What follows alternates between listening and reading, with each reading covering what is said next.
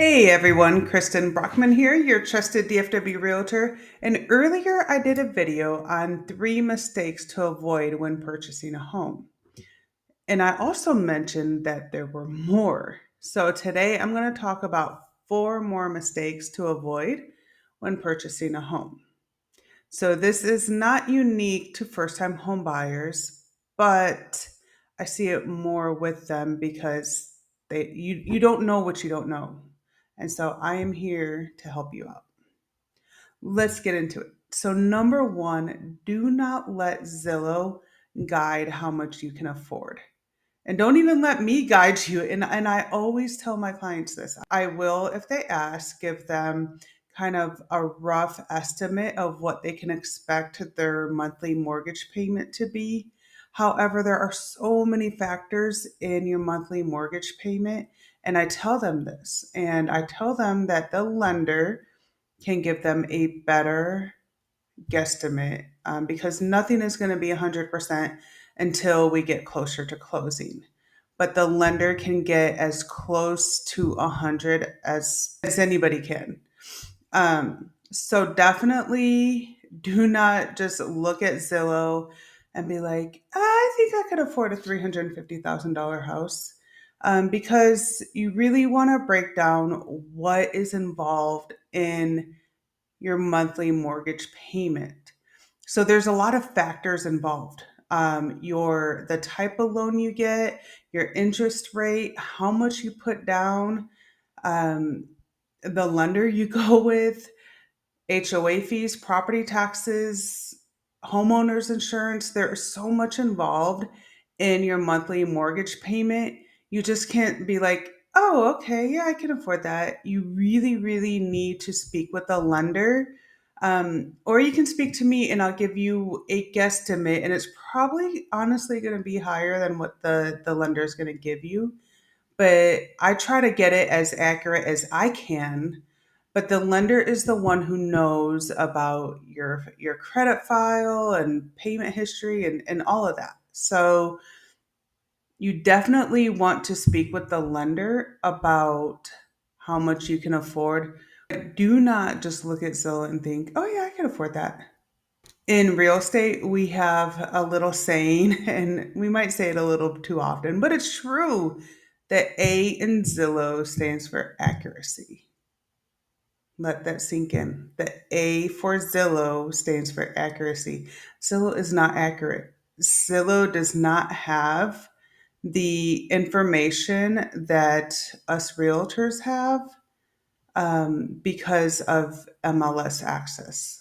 Again, your real budget of how much you can afford and what your monthly mortgage payment is going to look like is going to start with your pre approval from your lender. So, speaking of lenders, another thing that I see buyers do is they only talk with one lender and they choose that one. Yeah, I'll go with you.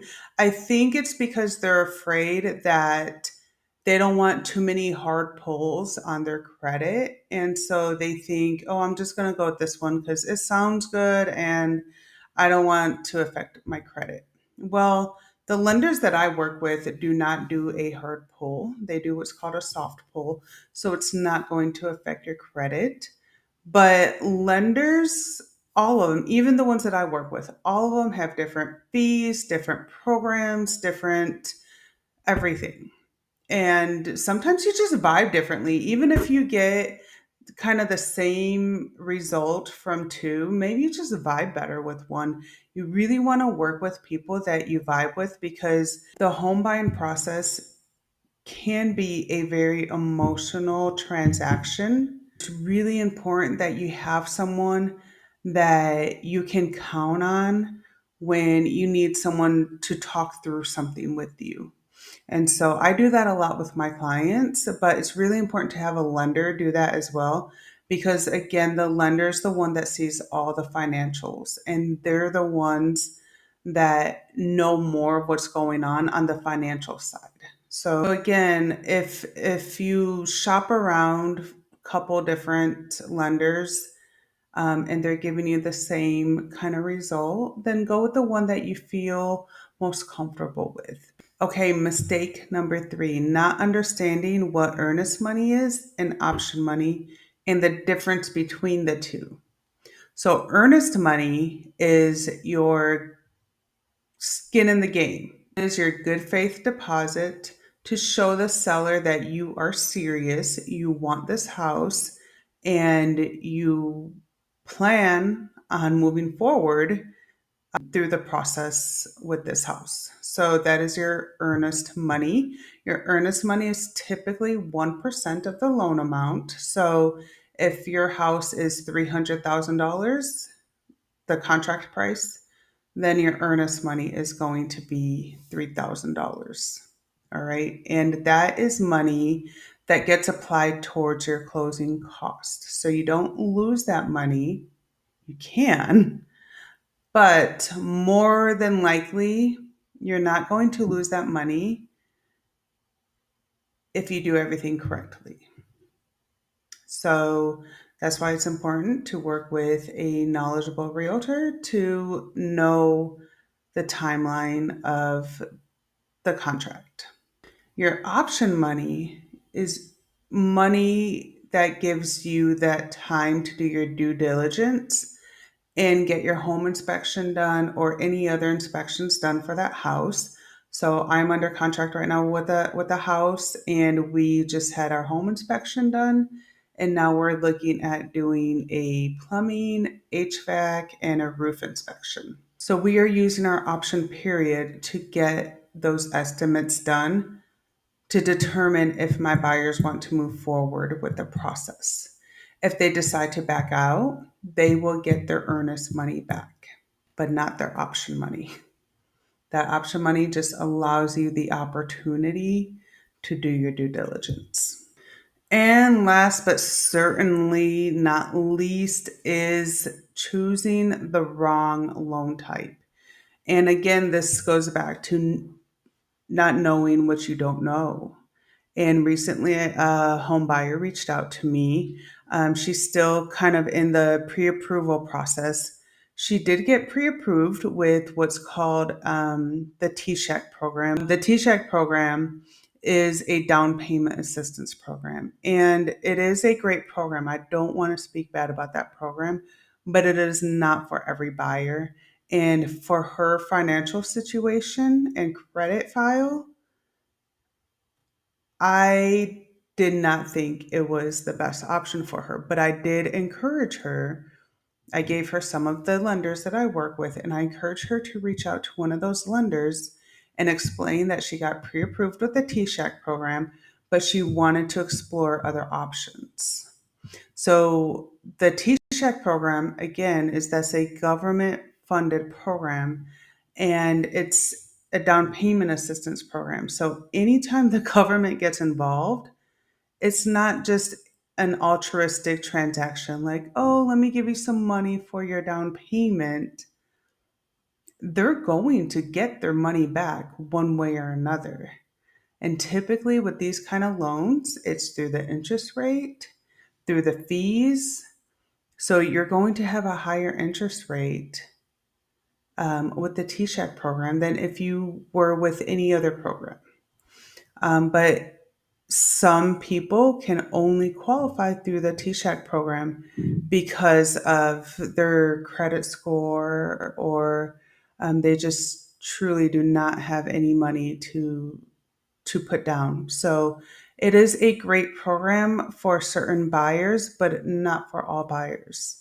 So it's really important to ask all the questions and make sure that your lender is knowledgeable of all the different programs out there. And I've done videos on these programs. There are city grant funded programs.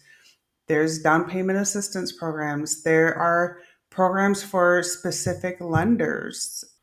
So it's really, really important to know really what the differences mean. And if you want to, if you think the TSHAC program is for you, I'm just using that one as an example. But if you think that one is for you, just get a side by side. Let's see the TSHAC program compared to the FHA program, compared to a conventional, compared to whatever else you might qualify. based on your credit history, your credit score. It's just really important to explore all the options. Most people know and want that down payment assistance, but they don't realize everything else that comes with that. And the government's not just going to give you money. The money comes with strings attached. So it's important to know what those strings are. And it's important to work with a lender and a realtor who's aware of those strings and can explain it to you so you're not in this loan that you don't want to be in, but you didn't know any better to ask those questions. So that's why it matters who you work with. You want to work with someone knowledgeable, someone resourceful, someone who knows the ins and outs of the industry. And I can definitely help you out with that. And with the lending side, I might not know everything and I shouldn't know everything. My job is to find you a house and negotiate a great deal for you and walk you through those steps. The lending side are the ones who should know about all the programs available. So if you want a roadmap for your home buying process, I would love to help you out. Feel free to reach out to me, drop a comment below, hit the like, subscribe button, share this video with someone who you think could use this information. It's really important information. And I can't stress it enough. So I hope you are having a fantastic day and I look forward to working with you. Take care.